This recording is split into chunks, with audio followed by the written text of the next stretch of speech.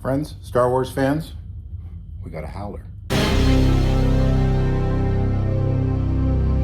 So I think we can say with certainty that Hasbro is all in on Ahsoka.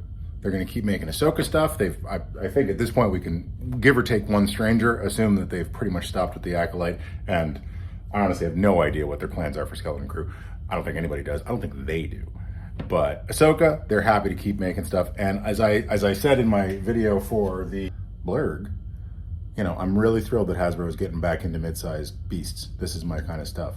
As you can see, I decided that ultimately it would be Cobb Vanth riding the blurg. Don't ask me why. That's just the way it went down. I've been looking forward to this. This is the second Sabine Wren action figure from the Ahsoka show.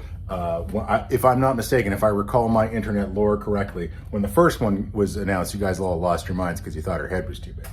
Now, I am a traditionalist, so I like removable helmets, like back in the day. I acknowledge that's a really big-ass head on Sabine there.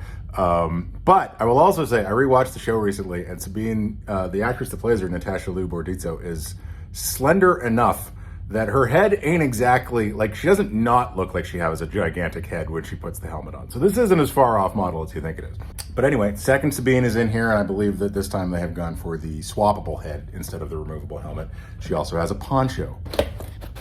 Oh, there's everybody together. Let's start with Sabine. Impressively, as though to continue to sass us with this new card option, they have put this Sabine on the deluxe card size. Here she is unpunched. I'm obviously about to rip into her. But before I do, I wanted to say something about the two teams of Star Wars. There are two teams in Star Wars. Team Star Wars Poncho and Team Star Wars Jacket. I have always been Team Star Wars Poncho, okay? When I was a kid, it's stuff like, you know, what Luke and Leia wear to Endor or what Luke wears on Tatooine. Obviously, my girl Rey on Acto in The Last Jedi, she's on the poncho team. Rose gets to wear a poncho at the end on Crate. Nothing wrong with a decent Star Wars jacket. I mean, obviously Han Solo, Poe Dameron, I love Poe Dameron. Luke in his lovely yellow outfit here. Those are great jackets. But just like people can't love the Beatles and the Rolling Stones equally, you cannot be on Team Poncho or Team Jacket equally. You have a preference. Mine is poncho.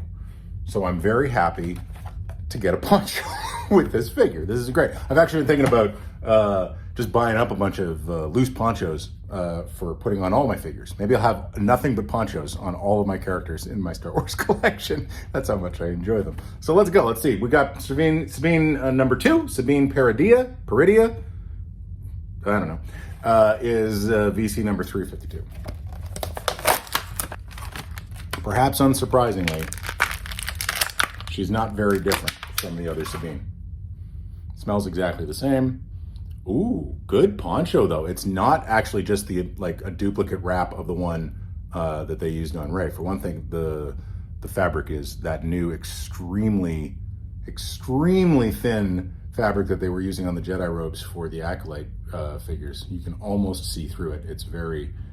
It drapes very nicely as a result. That is quite good. The sculpt on this was always very good. I mean, I think maybe a little bit of the tooling got changed on the chest plate to move things around, but for the most part, I'd say that's pretty much identical.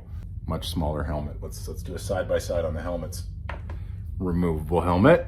Not removable helmet. Oh yeah, that's a difference. Comes with all the same stuff. I'm not going to bother going through it. Oh, whoops. I said she came with all the same stuff. I'm actually wrong. The other original figure did come with her satchel, and the new figure does not. So I'm probably going to take the satchel off the old one, put it on the new one, so that she's all satcheled up when she's riding around on her wolfie guy. Now, Dave Filoni, God bless him, he loves his wolfie guys. That's how we ended up with the Howler.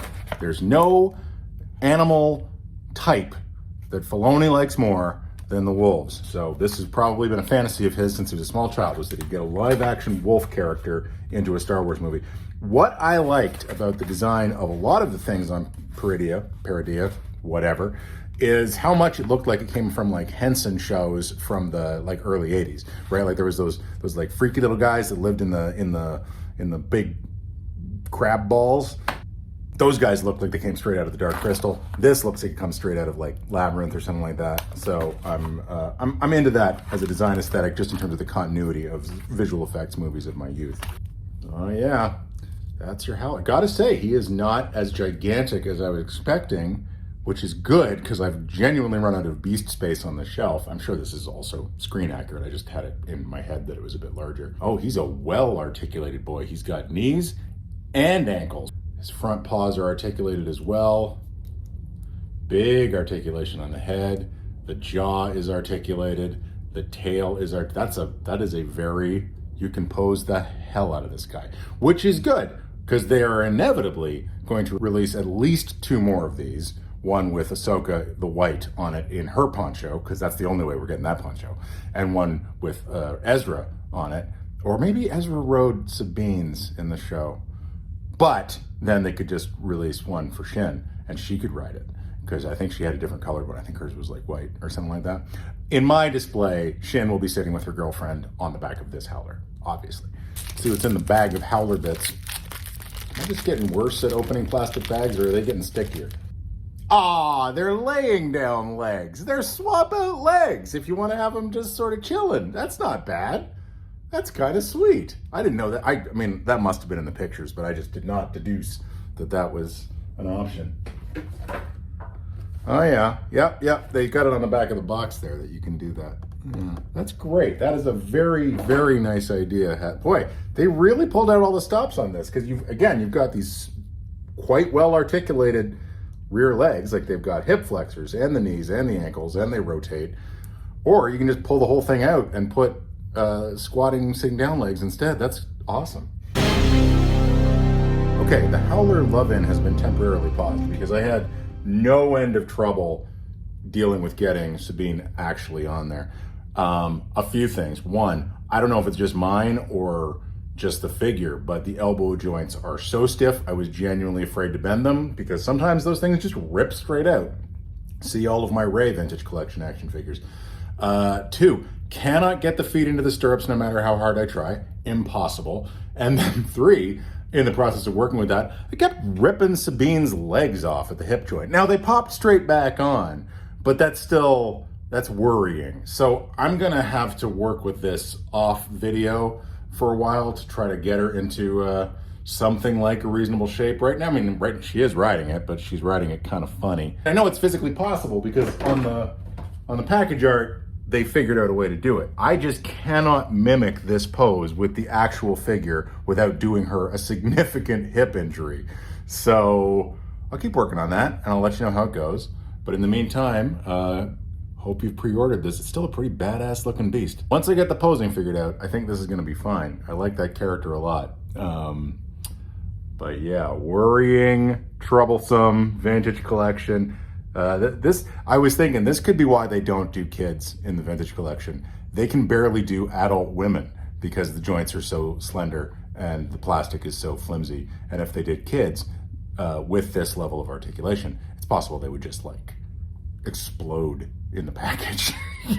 This might be why we never see the skeleton crew, folks. 5 points of articulation, Hasbro. Learn it. It works. We love it. Anyway, bye.